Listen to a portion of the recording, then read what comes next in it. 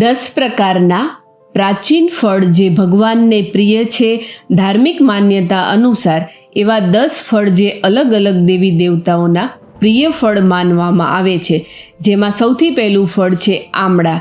આમળા એ ભગવાન વિષ્ણુનું પ્રિય ફળ માનવામાં આવે છે. આમળાને ખૂબ જ પવિત્ર માનવામાં આવે છે. કાર્તક માસમાં આમળા પૂજન અને આમળા એકાદશીનું ખૂબ જ મહત્ત્વ છે. આખો કાર્તક મહિનો ભગવાન વિષ્ણુને આમળા અર્પણ કરવાથી ભગવાન વિષ્ણુ પ્રસન્ન થાય છે. બીજું પ્રાચીન ફળ જેને બીલું કે બેલ ફળ કહે છે. આ ફળ બીલીના વૃક્ષમાં થાય છે અને આ બેલ ફળ એ ભગવાન શિવનું પ્રિય ફળ માનવામાં આવે છે. શિવાલયમાં બેલ ફળ અર્પણ કરવાથી વિશેષ આશીર્વાદ મળે છે. ત્રીજું ફળ કેળા.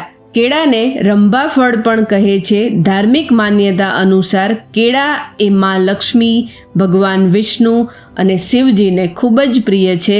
સોમવાર, શુક્રવાર અને ગુરુવારના ઉપવાસમાં કેળાનું ફળાહાર કરવાથી માં લક્ષ્મી નારાયણની સાથે જ ભગવાન શિવના પણ આશીર્વાદ મળે છે. ચોથું ફળ છે નાળિયેર.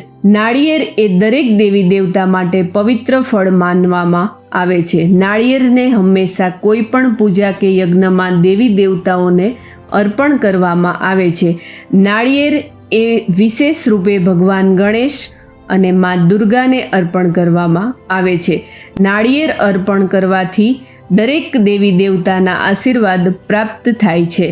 પાંચમું ફળ છે દાડમ. દાડમ એ માં કાત્યાયની દેવી જે નવદુર્ગાનું જ એક સ્વરૂપ છે, તે માને આ દાડમ ફળ ખૂબ જ પ્રિય છે. દાડમ કાત્યાયની દેવીને અર્પણ કરવાથી આરોગ્ય સ્વચ્છ રહે છે અને શક્તિમાં વૃદ્ધિ થાય છે. આવતા બીજા ભાગમાં આપણે બાકી રહેલા 5 પવિત્ર અને પ્રાચીન ફળ કયા છે તેના વિશે જાણીશું. તેના માટે જોતા રહો અમારી ચેનલ સત્વેદ. જય માતાજી.